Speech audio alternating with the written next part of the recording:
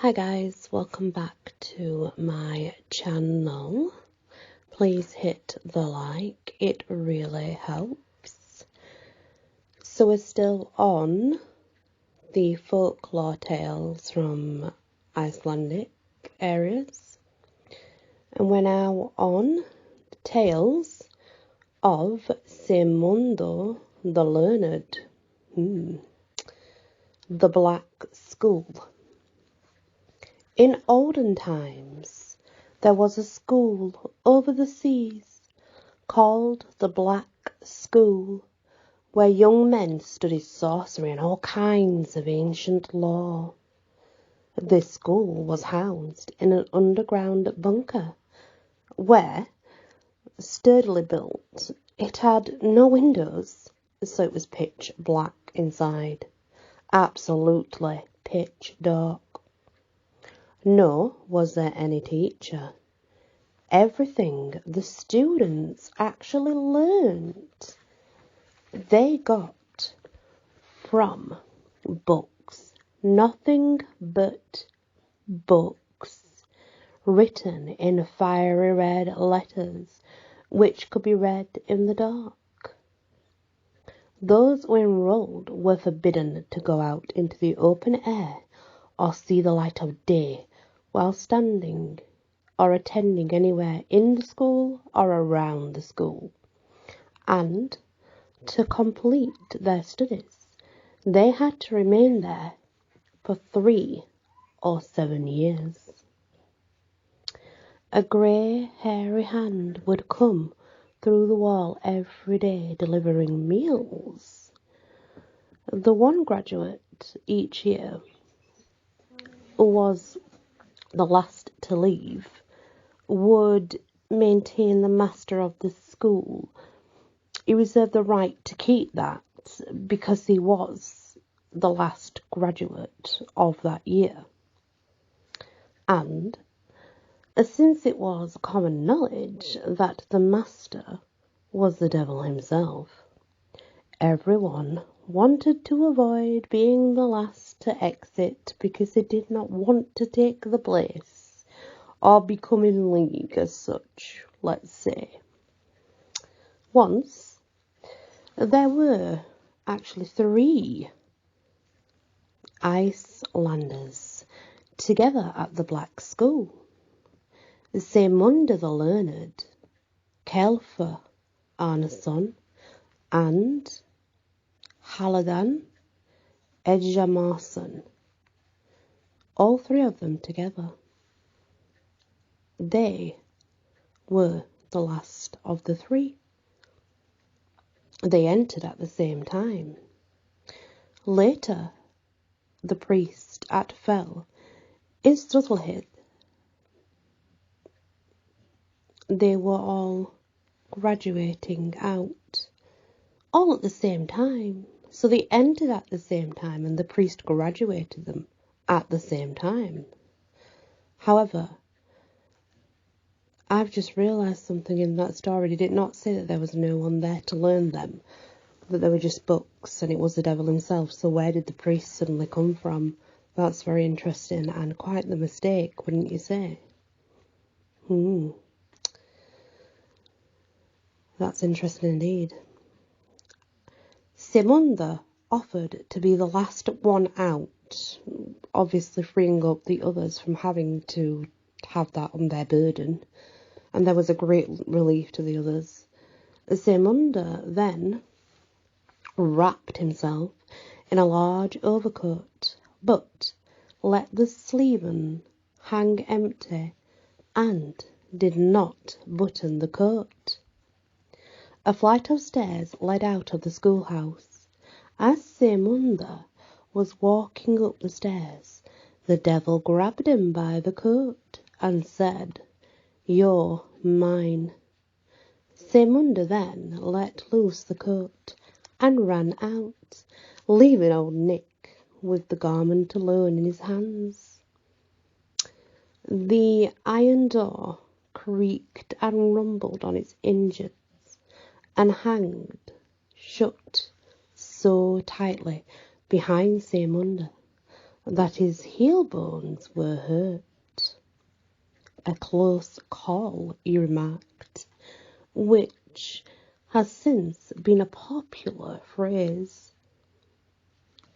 In this way, Saemunder got away from the Black School along with his companions. Another version has it that when Saemunder walked up the stairs and reached the door of the Black School, the sun shone in, casting his shadow on the inside wall. And when the devil attempted to seize Saemunder, he said, "I'm not the last one. Don't you see the one behind me?" And the devil reached out for the shadow, thinking it was a man, while Saemunder got out and the door slammed shut on his heels. But from that time on, it was a man without a shadow, for the devil never let go of it. That's one tale of Saemunder the Learned. But, like I say, very interesting that, isn't it? Because apparently there was no one in this school, remember? It's pitch black. They learnt from books that shone red letters, hence why it was black. Yet, all of a sudden there is a priest that's graduating them all together. It's interesting indeed. Let's move on to the next one and see what happens, I guess. Let's continue with Saemunder's journey. So this is part 2, how Saemunder got his benefice. When Saemunder, Calfer and Halfdan left the Black School, the benefice of Ode was vacant, and they all applied to the king for it. The king knew full well whom he was dealing with, and what he said was that whoever could get there first would have the Ode for themselves. Saemunder immediately went to summon Old Nick, saying that, "Swim with me on your back out to Iceland, and if you can get me ashore without wetting my coattails, my soul is yours." Old Nick agreed to this, and quickly changed into a seal, and set off with Saemunder on his back. On the way, Saemunder continuously read in his psalter. In a short time they were close to land in Iceland. Then Saemunder struck the seal over the head with the psalter, so the creature sank. Saemunder was temporarily submerged, but swam ashore, and that's how the devil lost his bargain, and Saemunder got the Ode. The third part of Saemunder's journey, gathering the hay. Saemunder the Learned once had a considerable quantity of dry hay in the field, while the outlook was for rain, so he asked all his working people to pull together and try to save the hay. At that time, there was one very old woman in his household, at Ode, which he now has, and Saemunder went to her too, asking if she would try to limp out to the field and rake together whatever scattered remnants of hay the others left. She said she would. Then she took her rake, tying onto the end of it the bonnet off her head, and shuffled out to the field. To Saemunder, she said he had better stay in the yard and stack the hay, for his field hands wouldn't take long binding it and bringing it home. The cleric said he would do just that. It would be for the best. The old one stuck the end of her rake under each of the bundles of hay, saying, "Up to the yard to Saemunder with you," and the bundles went there straight away. Saemunder then told Old Nick and his imps to make haste, and in a short time all the hay was home in the yard, safe from rain. Afterward, Saemunder said to the crone, "I guess you know a thing or two, my old dear." "Thor Hildor." "It isn't much now," she replies. I've forgotten most of what I knew in my younger days. Part 4. The Imp Whistle. Saemunder the Learned had a whistle possessed of a very peculiar quality. Whenever it was blown, one or more imps would appear, asking what they should do.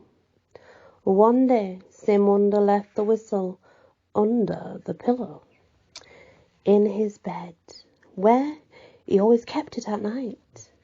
In the evening, he told his maid to prepare the bed as usual, but warned her that if she came across anything out of the ordinary, she should not touch it, but just leave it be. The girl began to prepare the bed, and when she saw the whistle, she couldn't check her curiosity. She picked it up at once, examined it closely, and finally, what did she do? She's a woman. What do women do? They're so inquisitive. She finally blew it, and an imp immediately appeared to her asking, "What do you wish me to do?" The girl was startled, but she acted unperturbed. It so happened that 10 of Saemunder's wethers had been slaughtered earlier in the day, and all the skins were lying about outside. The girl told the imp that he should count every hair on all the skins, and if he could finish before she had made the bed, he could have her. The imp went out and began counting while the girl hastened to make the bed. When she had finished, the imp still had one more skin to go, so he lost out on the bargain. Saemunder later asked the girl if she had found anything in his bed. She told him the truth, and Saemunder was quite pleased with her presence of mind. She was very cunning indeed. She did something that he would do. Part 5. The Imp and the Cowherd. Saemunder the Learned once had a cowherd who he felt swore far too much, and he often admonished him about.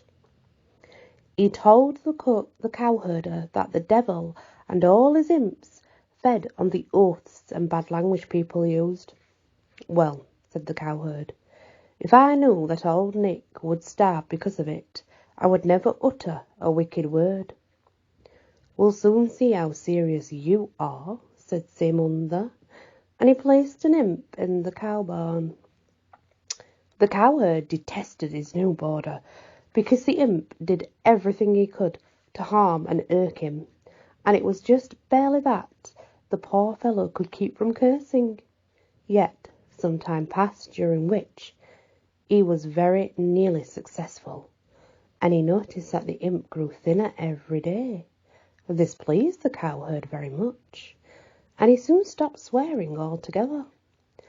Then one morning he came to the cow barn to find it in total shambles, and all the cows were all tied together by their tails, and there were quite a few of them. Seeing this, the cowherd turned on the imp, who was lying there in his stall half dead with misery, and poured out his fury with dreadful oaths and completely ugly curses, the ugliest you could hear. To his dismay and distress, however, the imp suddenly began to revive, and in no time became so plump and portly as to verge on obesity. Then the cowherd controlled himself and stopped cursing. The truth of Reverend Saemunder's words had been driven home to him, and he never swore or uttered a bad word after that.